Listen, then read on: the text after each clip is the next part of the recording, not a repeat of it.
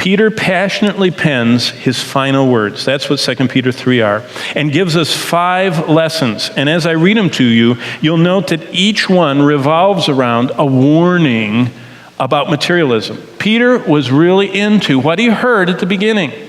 He got it right from Jesus. He couldn't forget it. Jesus said, you can't have 2 masters. You can't lay up treasures in both places. And Peter says, I got it. Number 1, and this is when we met in the fellowship center. We looked at the first 9 verses. Materialism blurs our purpose in life as disciples because God left us here to live redemptively. The whole purpose of Peter writing was that 9th verse that says, God is not willing that any should perish, but that all should come to the knowledge of the truth. We're supposed to be living redemptively. We are here to either aid or actually bring people to the knowledge of the truth. Either we're supporting it by prayer, by participation at any level we can, or we're actually doing it. But we know why we're here. We're redemptive. We look at people, not as potential clients, not as potential friends and people that will adore us, but as people that need redemption. And all of a sudden life changes.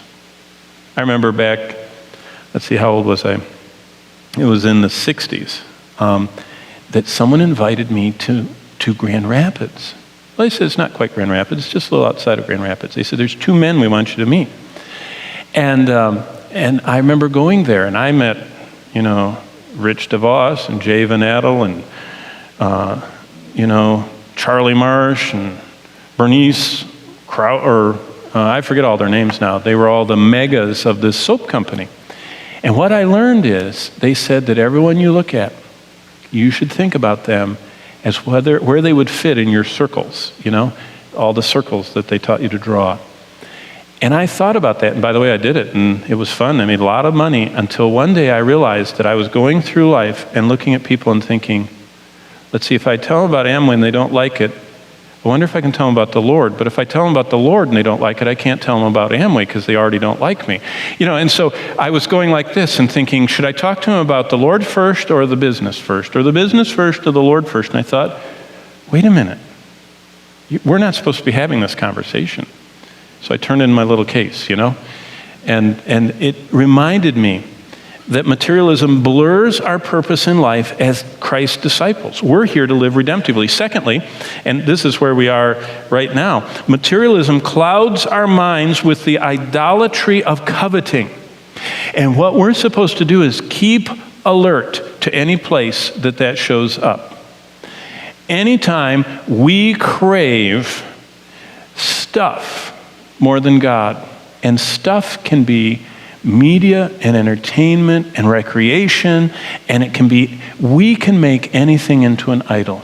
And an idol is anything that displaces God from being most important, our biggest longing. Anything that displaces that is an idol.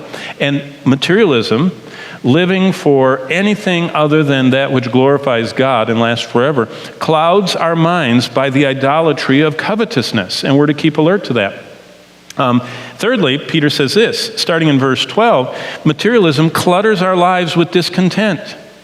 We should build fireproof. When Bonnie and I lived out in California, I always remember the raging grass fires that would come sweeping down the hills, Hollywood Hills and the, San Gabriel Mountains and Verdugo Hills and all the other hills. And it would get so dry, and all of a sudden those fires would come.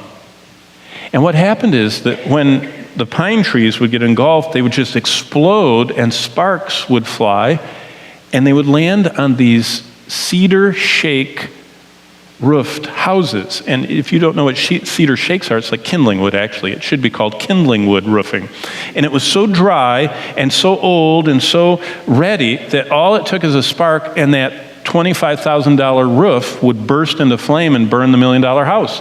And so what the government tried to do is they tried to get people to rebuild with fireproof orange terracotta, tiles. And, you can put a spark on that, and then it can sit there 3 months, and it'll just sit there, and it doesn't burn. And that's what Peter's saying. Build with fireproof materials. Materialism clutters our lives with discontent. You know what the writer of Ecclesiastes said? We're going to study it in a couple of weeks. The more you have, the more you want. The more you have, the more people want to take it from you. The more you have, the more you worry about it. And there's something about materialism breeds within us discontent and dissatisfaction. We want more and more. And so it clutters our lives. And we should build fireproof. And then, fourthly, materialism blinds our eyes with earthly treasures.